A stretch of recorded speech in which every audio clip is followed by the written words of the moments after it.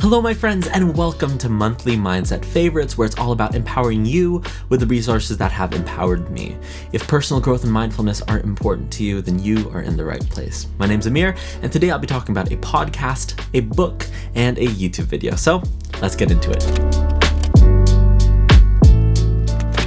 First up, we have the Naval Podcast, and specifically his 3-hour megasode called How to Get Rich. Now, before you click away, I know it's a clickbaity title, just please hear me out.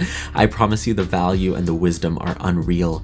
I feel like a more accurate name for this would have been Timeless Principles to Create Long-Term Wealth in an Ethical, Sustainable, and Authentic Way, but who's gonna click on that, right? Basically, Naval Ravikant is an entrepreneur and angel investor who made heaps of money investing early stage in companies like Uber, Wish.com, Twitter, you get the idea. And basically he said, I've made my money, I'm good. Let me pass on the game for free. And game does he give out, y'all. Naval speaks in such a concise and eloquent way. He rarely gives any fluff. In his own words, he aims to be information dense. He's very much adamant about the fact that he doesn't ever want to charge for his wisdom or advice on making money, because that would just tarnish the authenticity of it. He would then just be, in his words, another huckster trying to get rich off of you. Just for context, it actually all started with this tweet storm that went viral. Here's an example of one of the tweets. Seek wealth, not money or status. Wealth is having assets that earn while you sleep. Money is how we transfer time and wealth. Status is your place in the social hierarchy.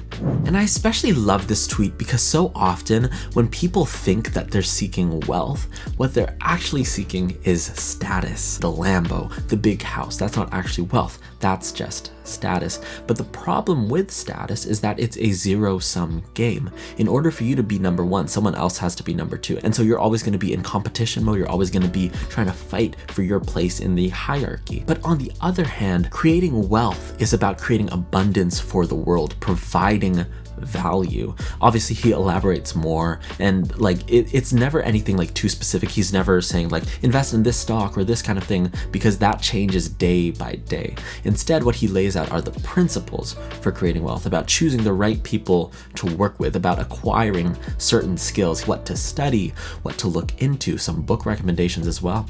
So if you're looking to create wealth in an ethical and authentic way, I highly recommend the Naval Podcast. Next up, we have Stillness Speaks by Eckhart Tolle.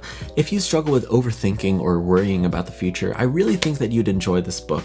When I first picked this up last Saturday, I basically just read it and sat on a park bench, vibing, meditating, just being fully present, and it was just such a deep state of bliss. It was fantastic. Stillness Speaks is a book about inner peace, mindfulness, and being fully present in your life. If you've seen my 5 books that changed my life video, you would know how much I love Eckhart's work, so much so that this is my 3rd book of his that I've picked up. I think the powerful part about this book is that instead of trying to hold and engage your attention, it instead encourages you to put the book down, to look around you, to be fully present, to be still.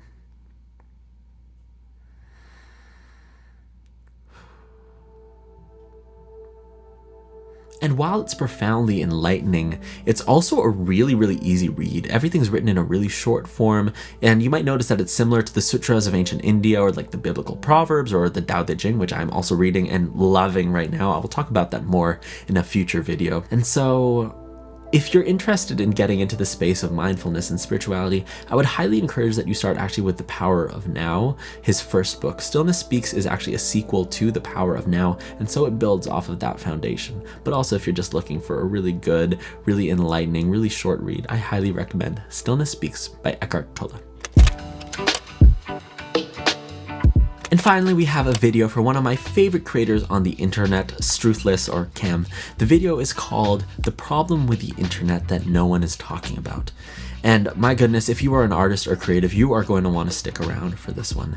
I have never seen a video that so accurately encapsulates everything that I've felt, been through, experienced, and thought about over these last 4 years of creating content on the internet. He literally starts off with a story about a musician who starts creating content online, and he sees that it works, And he starts to do more of it, starts to get more traction, but then eventually he ends up presenting the process and finds that he ends up presenting music.